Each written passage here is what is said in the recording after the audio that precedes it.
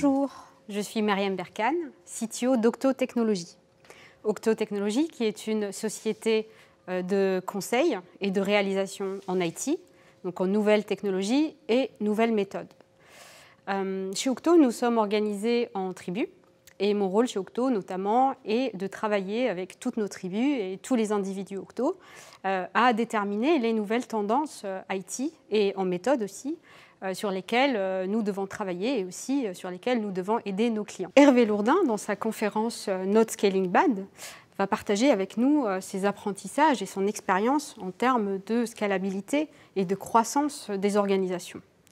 Nous savons tous, en tout cas nous chez Octo, nous avons vécu cela plusieurs fois, plusieurs paliers de croissance dans la vie de l'entreprise, et nous savons que ce sont des moments clés et des moments charnières dans la vie des organisations. Derrière la croissance, il y a bien sûr l'intégration des nouvelles personnes que l'on recrute, mais il y a aussi des enjeux plus profonds, par exemple la conservation des dynamiques d'équipe, mais aussi la conservation des pratiques, de la culture d'entreprise que l'on a mis parfois des mois et des années à construire. Je vais laisser la parole à Hervé maintenant, qui va donc nous présenter ses retours d'expérience et ses apprentissages.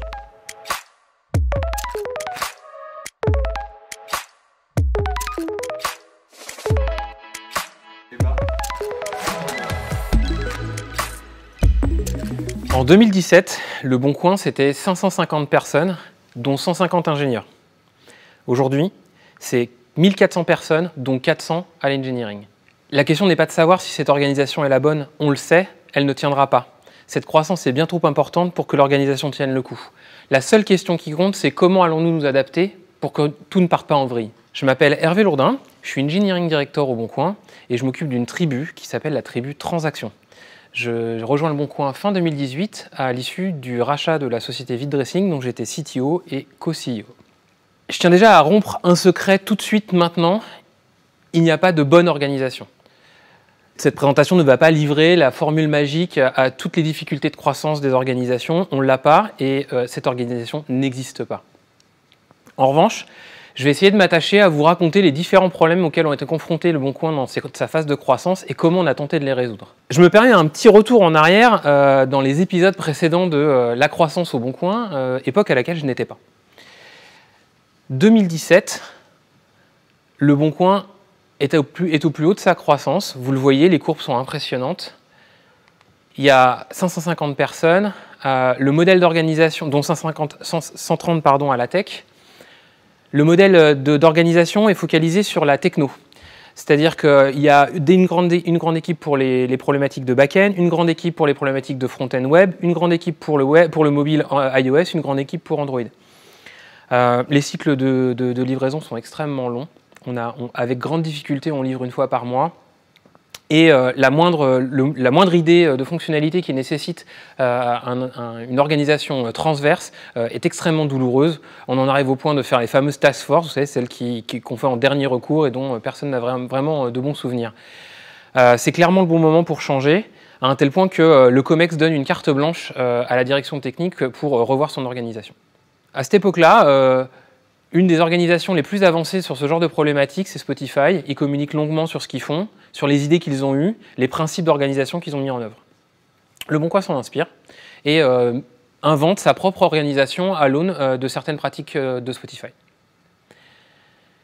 Ça a créé une nouvelle organisation, qui était d'un modèle technique basé sur un modèle fonctionnel. On voit l'émergence des fameuses feature teams. On commence à créer des tribus, des guildes, toute cette jargonite que vous pourrez reconnaître dans l'engineering de Spotify.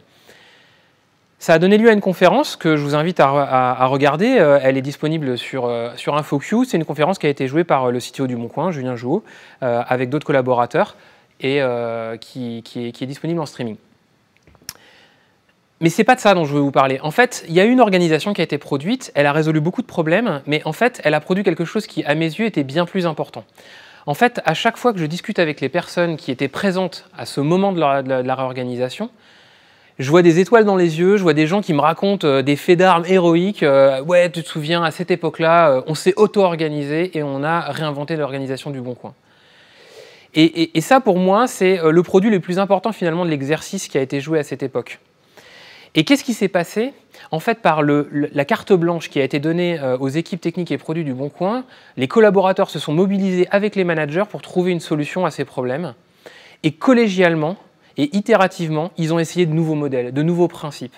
Et ils l'ont fait de manière ouverte, itérative, expérimentale. Ça a été la création de ce qu'on appellera plus tard le TOO pour travail d'organisation ouvert. Et ça, c'est un élément assez fondateur de ce dont on va parler maintenant, c'est-à-dire comment faire face à des vagues de croissance sans précédent. Et pour moi, le TOO, c'est le premier arrêt d'un long voyage vers ce qu'on appellera une organisation apprenante. Une organisation apprenante, c'est une organisation qui a cette capacité à expérimenter et s'adapter en continu face à la croissance. Ce travail d'organisation ouverte, ça a tellement été un outil important qu'on a cherché à en faire un process pour que les gens puissent, les collaborateurs puissent s'investir dans des projets. Donc comment on fait au Bon Coin pour faire du travail d'organisation ouvert? Ben, somme toute, c'est assez simple. En fait, il y a un grand backlog, une grande liste, une grande boîte à idées, si vous voulez, dans laquelle, en fait, à tout moment, quelqu'un, un usager de l'organisation peut dire « Ah, je crois qu'il y a un problème ». Et je pense qu'il faudrait qu'on essaie de travailler à résoudre ce problème. L'organisation commence à montrer des limites sur cet outil, ce processus, cette structure. Donc on note un problème, on fait un appel à candidature, on voit s'il y a des collaborateurs qui ont envie de travailler avec nous sur ce sujet. On vient le présenter à un rendez-vous mensuel du travail d'organisation. Et puis, la seule chose qui est obligatoire pour que ce travail d'organisation soit ouvert, c'est de communiquer en toute transparence les idées, les actions, le fruit de nos réflexions. Donc, toutes les limites identifiées sont dans un grand backlog Jira disponible à tous. Et quand un projet est sélectionné et commence à travailler, il suffit d'aller regarder la documentation en ligne que le groupe de travail renseigne à chaque fois qu'il se réunit. Ça a donné lieu à pas mal de projets intéressants. Les plus récents, par exemple, à l'occasion de ces grands moments de confinement, on a fait un bilan sur le télétravail et les pratiques qui nous apparaissaient être pertinentes pour qu'on puisse du coup améliorer notre quotidien et capitaliser dessus. On a aussi fait des proof of concept, de nouveaux modèles d'organisation pour réaliser des projets fortement transverses. On en parlera un petit peu plus tard dans la présentation. On a fait un lexique de vocabulaire d'orga pour lutter contre cette jargonite quand un nouveau ou une nouvelle nous rejoignait. Et puis, on a aussi cherché à améliorer nos process existants, les reporting pour la tech et le produit, ou encore la façon dont on fait nos roadmaps trimestriels, ou faire émerger, par exemple, de manière très nette les chantiers techniques au milieu de nos roadmaps qui étaient jusqu'alors extrêmement trustés par des fonctionnalités produits. Et puis, plus récemment, on a travaillé aussi à favoriser les mouvements entre les équipes.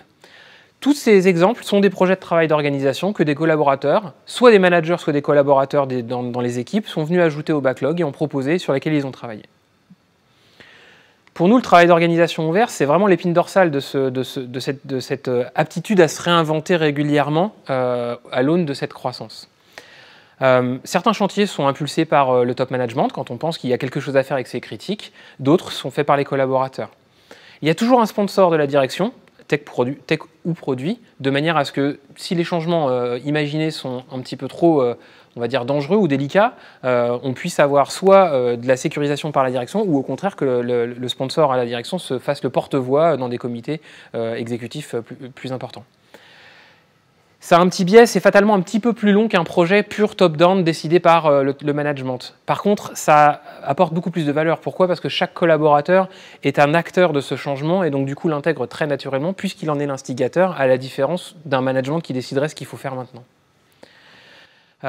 C'est aussi un petit peu moins grandiose que ce chantier de grande réorganisation que j'ai évoqué tout à l'heure, parce qu'on fait des plus petits chantiers, des plus petites améliorations marginales. Mais ça a un effet immédiat, c'est que ça fait passer le changement comme un élément classique de notre quotidien. Et c'est en ce sens-là que l'organisation est capable de s'adapter à la croissance. Pendant ce temps-là, les choses ne se sont pas arrêtées et la croissance a continué et continue de plus belle. Si vous voyez qu'en 2017, on était à la tech pas loin de 130, on est en 2020 et on est en 2021 pardon, et on est 400 personnes à la tech et aux produits, 8 tribes, une petite cinquantaine de feature teams et 7 guildes. Ça représente un volume d'équipe assez énorme et il a bien évidemment fallu faire attention à ce que tout tienne, mais bien évidemment, on a vu apparaître des fissures. L'édifice ne pouvait pas tenir avec une telle croissance et de nouveaux challenges se sont présentés à nous.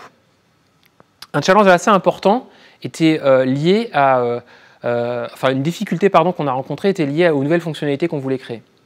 Toujours plus grande, toujours plus transverse. Il fallait porter son attention sur notre architecture en même temps que notre organisation. Et c'est le sujet qu'on va ouvrir maintenant. Le Bon Coin, tout le monde a le sentiment que c'est l'endroit où on rencontre quelqu'un pour aller vendre ou acheter une perceuse d'occasion un dimanche pluvieux où on se dit « mince, la mienne ne marche plus ». Mais en fait, c'est pas juste ça. On fait beaucoup d'autres choses maintenant. On vend ou on achète des perceuses, des jeux vidéo, des disques, mais on peut aussi vendre ou acheter une maison. On peut aussi vendre ou acheter un véhicule d'occasion. On peut aussi trouver un emploi. On peut également réserver une location de vacances, un gîte, par exemple. Et toutes ces activités, eh bien, finalement, elles sont sur le même site. Mais on voit bien pourtant que structurellement, louer un chalet à la montagne est assez différent de vendre une perceuse. Les informations qu'on va manipuler, dont on va avoir besoin pour créer notre annonce, sont structurellement différentes. Pourtant, c'est le même site. Parallèlement, nouvelle grande révolution, on introduit le modèle transactionnel. C'est quoi un modèle transactionnel? En fait, peut-être l'aurez-vous remarqué, mais maintenant, sur Le Bon Coin, on peut payer. Le Bon Coin est devenu, en plus d'être un moyen de mettre en relation des gens, une possibilité de jouer le rôle du tiers de confiance pour les paiements. Et ça, bien évidemment, ça change la donne, puisque maintenant, il y a de l'argent qui transite sur le site. Architecturalement parlant, on peut imaginer qu'il y a des choses assez nouvelles qui vont du coup arriver à nos équipes. Et le gros challenge, finalement, c'est de soutenir cette croissance en termes de personnes, mais soutenir cette croissance fonctionnelle, cette croissance business en termes de métier, de réussir à avoir un time to market relativement agressif, être parmi les premiers à proposer ce genre de nouvelles fonctionnalités, sans pour autant créer un Frankenstein de briques et de brocs assemblant des modules sans aucune cohérence. Et on se retrouverait plus vraiment avec un site, mais avec plein de petits sites et plein de petits objets qui peineraient à croître. Et c'est exactement la situation dans laquelle on se trouvait.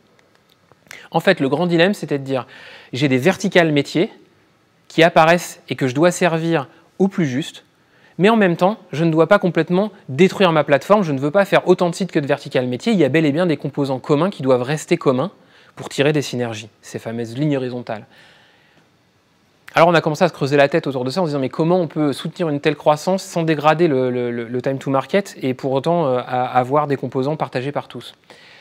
On s'est tourné un peu à nouveau vers toujours cette personne que beaucoup de personnes ont fait référence dernièrement, Conway. En 68, il a écrit une loi qui est toujours vraie à ce jour, qui s'appelle la loi de Conway, bien évidemment, qui dit grosso modo, toutes les organisations qui produisent des systèmes, qui réalisent des services, sont condamnées à produire un logiciel, un service qui ressemble à la structure organisationnelle qui l'héberge. Alors plus précisément, aux structures de communication. Ça veut dire quoi? Ça veut dire que quand on est une organisation basée sur les stacks produits, effectivement, si demain je veux une nouvelle fonctionnalité qui soit disponible sur iOS, Android, le web et en même temps qui implique le back-end, je vais avoir des difficultés parce qu'il va falloir coordonner ces 4 équipes qui n'ont pas l'habitude de travailler ensemble. Si au contraire, tel qu'on l'était devenu, je suis une organisation centrée sur le parcours utilisateur, je dépose une annonce, je recherche une annonce, je vends une annonce, si tout d'un coup je cherche à faire un nouveau type d'annonce, il va falloir que j'impacte chacun de ces segments. Et c'est la dualité dans laquelle on était en train de sombrer. Comment réussir à faire basculer une organisation centrée sur le parcours utilisateur vers une organisation centrée sur des verticales business, les vacances, les biens de consommation, la voiture, l'immobilier. Comment est-ce que j'allais créer une organisation qui permettait de maintenir des verticales business et en même temps des briques élémentaires transverses? En fait, on a continué à explorer cette fameuse loi de Conway et on s'est aperçu qu'il y avait une autre pratique qui émergeait, très intéressante, qui est la manœuvre de Conway inversée. Alors, qu'est-ce que c'est? C'est assez simple finalement. Si la loi de Conway dit on est condamné à produire des logiciels qui ressemblent aux organisations qui le construisent, pour réussir à provoquer une forme architecturale, une structure de notre logiciel, pourquoi pas influencer l'organisation directement? Et de proche en proche, on pourra arriver à produire l'architecture qu'on souhaite grâce à des évolutions de l'organisation. Et c'est ce qu'on a fait.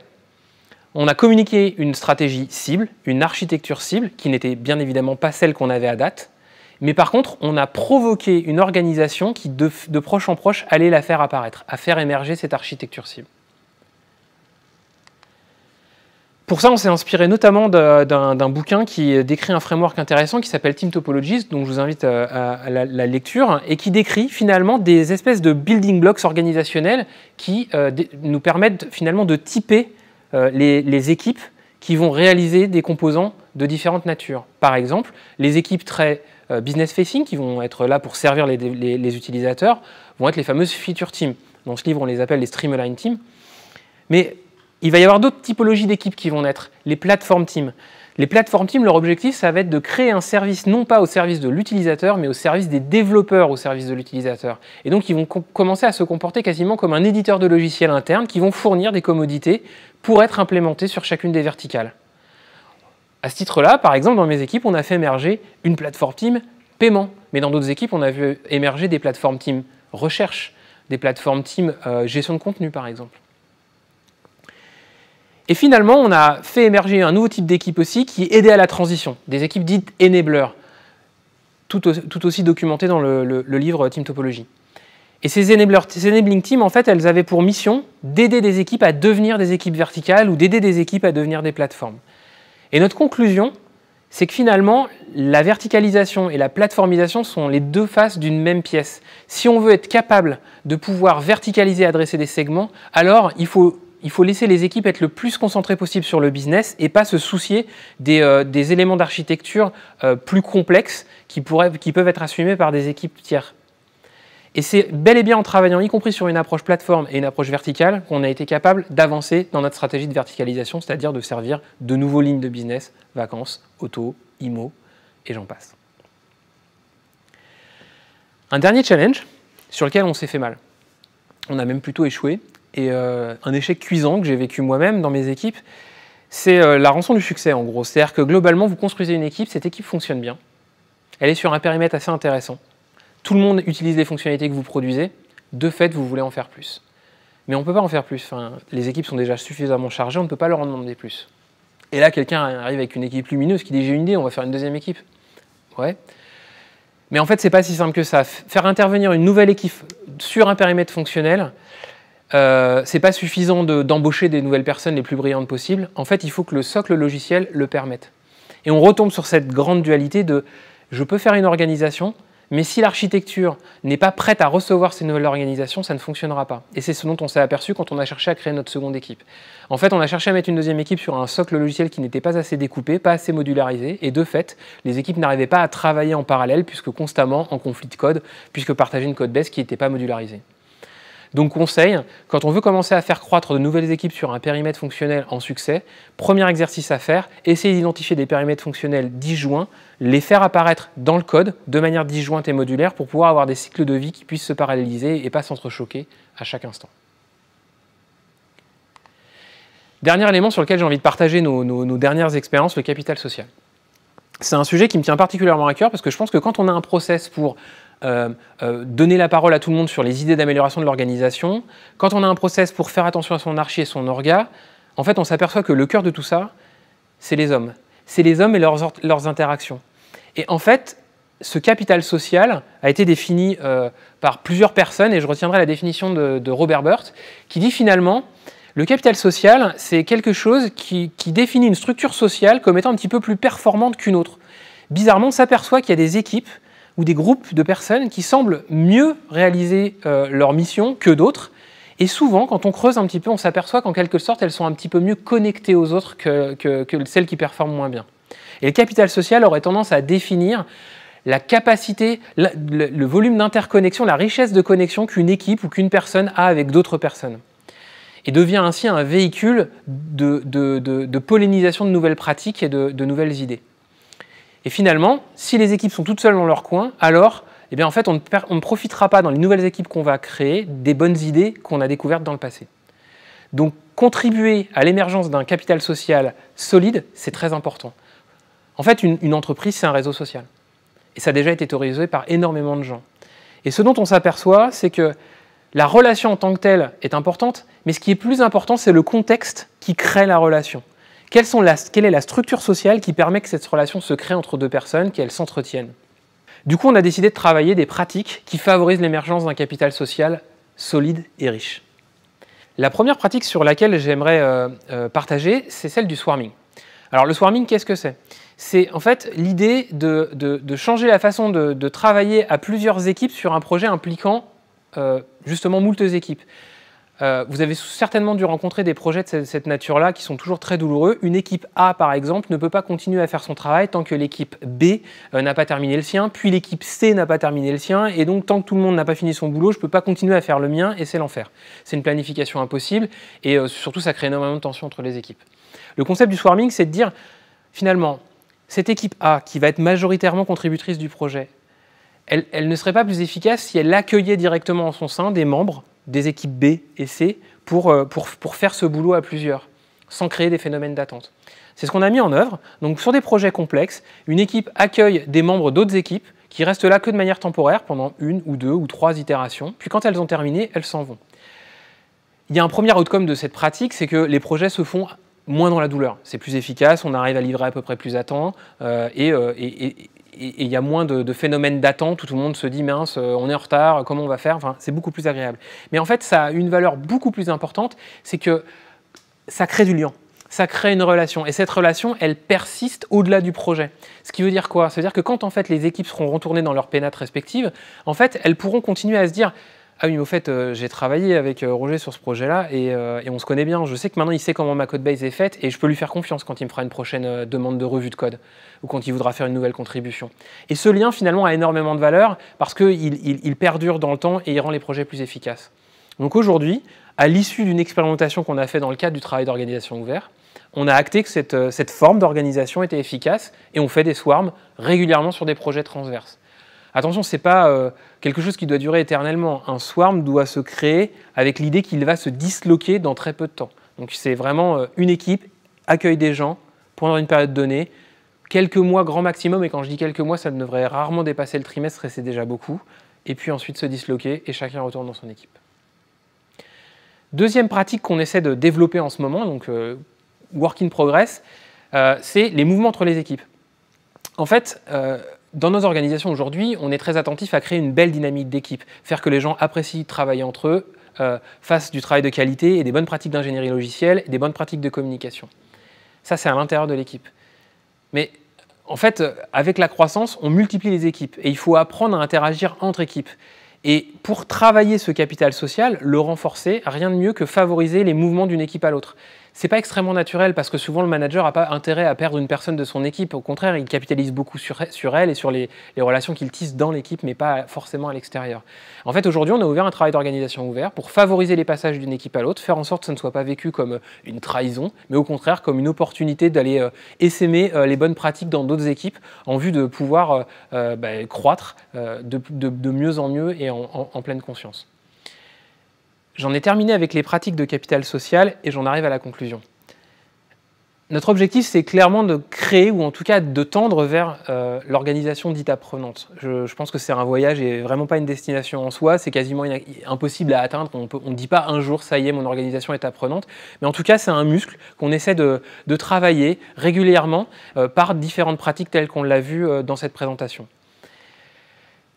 Pour moi, une organisation ne peut faire face à des vagues de croissance énormes que si elle apprend à expérimenter, si du coup l'échec est possible à la seule condition qu'elle en a appris quelque chose, et si du coup tous les collaborateurs peuvent devenir des contributeurs de cette croissance et de ce changement. C'est donc un engagement du quotidien, tant sur les aspects techniques, parce qu'on reste des développeurs logiciels, mais aussi sur les aspects sociaux et structurels de nos équipes. Merci.